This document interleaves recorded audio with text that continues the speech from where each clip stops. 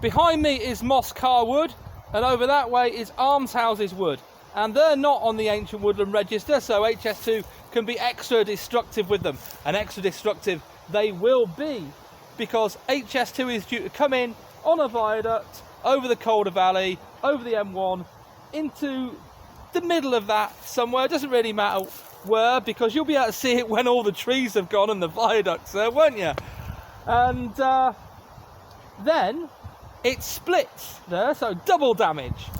Half of it will go off that way towards Swillington and Church Fenton to join up eventually with the East Coast Main Line for the classic compatible trains to run on to York and Newcastle. Note, not Scotland, despite the fact the chair of the Transport Select Committee keeps saying, oh, we'll be able to get on at Nottingham.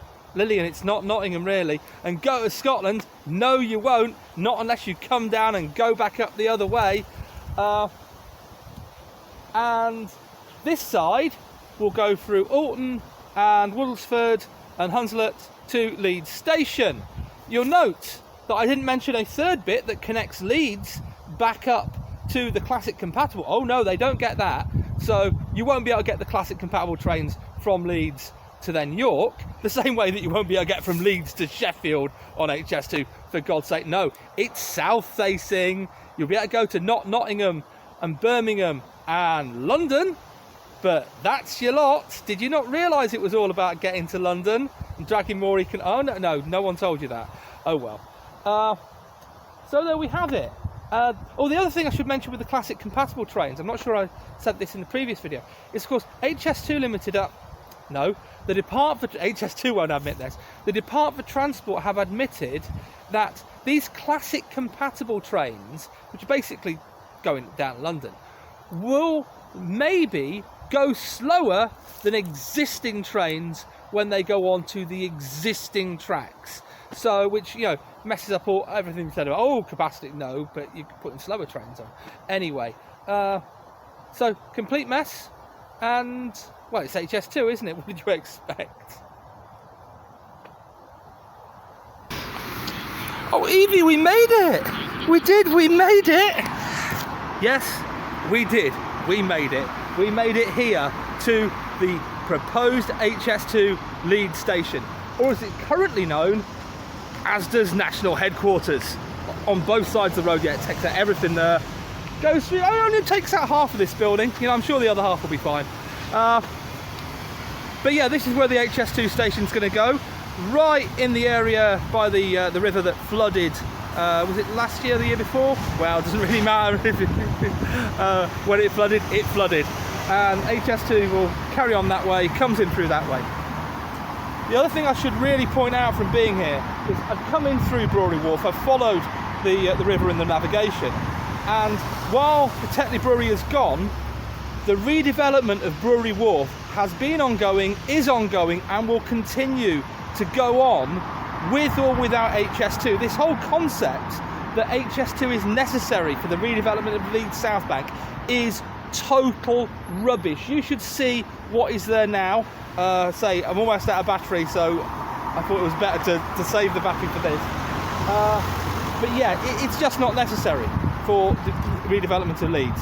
And what it is necessary for, of course, is lining the pockets of the construction firms and everyone who's been lobbying for this gargantuan white elephant that will do nothing to solve the north-south divide. It will do nothing in terms of delivering the promises of jobs or capacity or a magic wand to cure the railways. It will not live up to its promises. All it will do is cause misery and massive destruction to the environment and habitats and woodlands and wetlands and everything else you can think of. Anyway, I've done what I promised. I've walked from Birmingham to Leeds. It's done. We did it. So now it's time to go home. But we're going to go home via Manchester. Aren't we, Eevee? Eevee, we got more walking to do. Come on, it's time to go. Go to Manchester. Have you ever been to Cheshire before? No? Come on then. See you tomorrow. Well, we made it to Piccadilly, which, unlike the stations at Birmingham and Leeds, is actually where HS2 would go to. It would either be bolted onto the side, like HS2 Limited one at the moment, or Andy Burnham is saying put it in a tunnel underneath the thing. Bearing in mind, it is coming into the city in a tunnel. I've pretty much lost my battery on this. I managed to charge the phone for about 10 minutes in Leeds station. So I'm going to have a go. I can do probably a couple of hours. I'm not sure what I'll do in terms of sleeping. I might come back to the city centre. I might get a bus out into the country. There is a park. I'm not sure if I'm brave enough to do that. So we'll see. Well, here we are, the end of day 11. Not only did I make it to Leeds, but I've made it to Manchester as well. Yeah, at the start we said, well, you know, I'm walking from Birmingham to Manchester. No, we didn't say that. We said we're walking from Birmingham to Leeds. Oh, it has been a long day. Because I wasn't sure how my body would hold up, to be perfectly honest. You know, I'm sure I said before, I've always had stamina, but fitness, and yeah, I could do this sort of thing 20 years ago in my sleep, but that was 20 years ago and 10 stone ago. So the fact that I've done it in this time, I'm quite happy with. Without a support team, you may have read in some of the papers today that I was with a support team. That was a typo on someone's behalf, possibly mine. Autocorrect. I'm not quite sure what happened there, but yeah, I think I've done pretty well, to be perfectly honest. Now it's time to walk back home. I've got to also say that I had a 3-week time limit because I thought about doing this numerous times, but of course I have my son on a week-on, week-off basis. But at the moment he's in America for 3 weeks, so I thought I've got 3 weeks to do this. And I'm going to get home, absolutely. I might go a bit further. The problem that I see is that so far I've managed not to have to deal with people because people slow you down. And it was great that the Crofton Action Group invited me for a pint after I'd already passed Crofton, for example. Most of the people in Bramley were away when I got to Bramley, so you know, things like that. And not that I don't like talking to people and don't want to talk to people, but it does slow you down.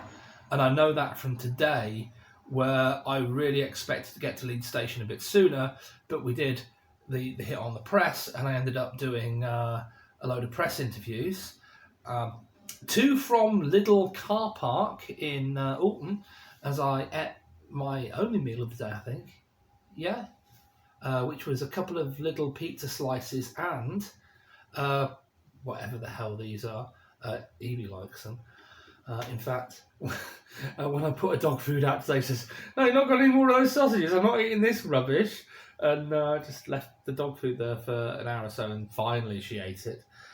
So yeah, we made it to Leeds station. Took a bit longer than expected.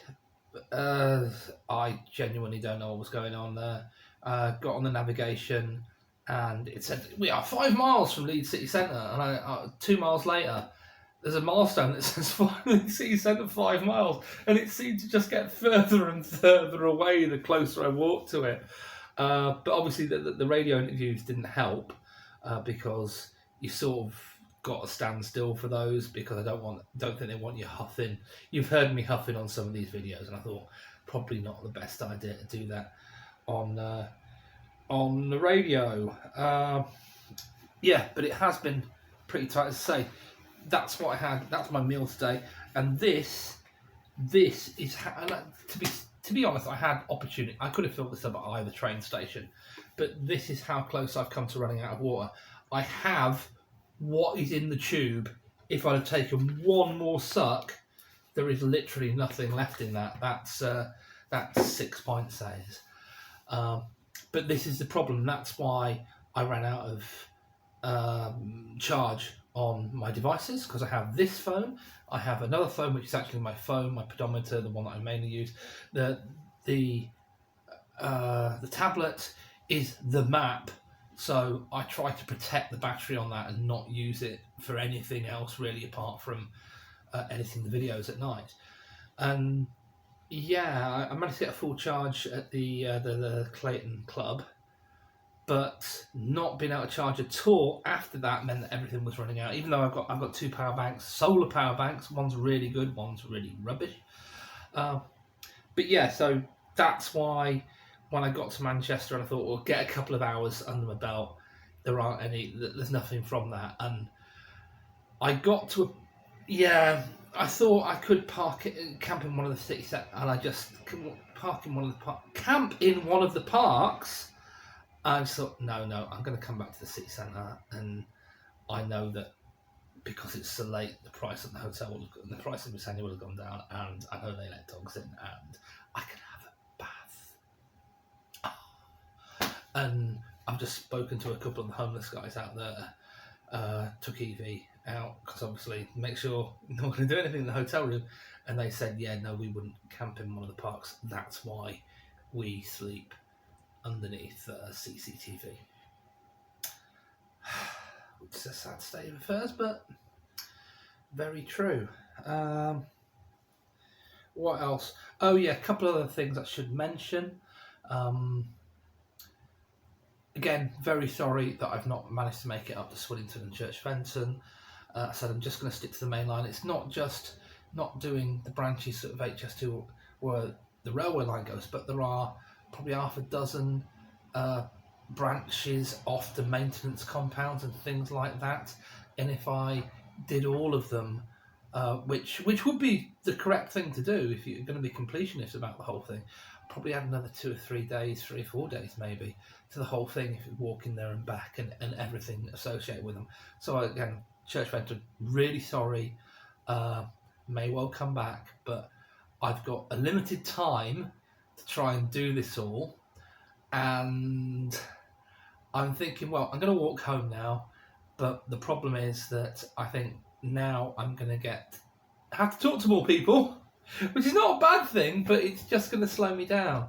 And especially when I get back to phase 1 and there's actually work taking place, and you know the whole point of this walk is potentially to highlight that, I might go very slow and end up taking a break when I get home and then resuming it after Alex has gone back to school. So that's the plan. To be perfectly honest, that was always the plan, but I didn't necessarily want to say that because we didn't know if my body would stand up to it. It's doing pretty well actually. The most I've got hurt the entire almost fortnight I've been doing this, 11 days I've been doing this now, was about 10 minutes ago, or 10 minutes before I started recording this, when I tripped over a paving stone in the centre of Manchester and I stubbed my big toe on my left foot. Oh, there was one other thing. People have been saying, oh, Eevee, what about Eevee? Isn't she all right? What about her paws? She's absolutely fine. People have said, oh, her paws must be sore. No, they're not. They're not even slightly anything red. We regularly do 10-mile walks. And she's fine. She's not even licking her paws, but I've checked them. There's genuinely nothing wrong with her. She's a bit slow getting up sometimes, but that's generally because she takes every opportunity she has to lie down to go to sleep, which is just normal for a dog, to be perfectly honest.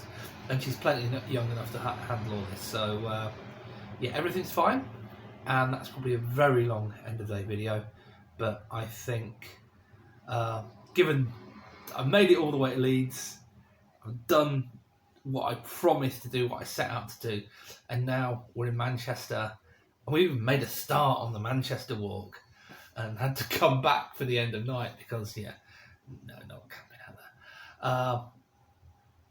Really happy.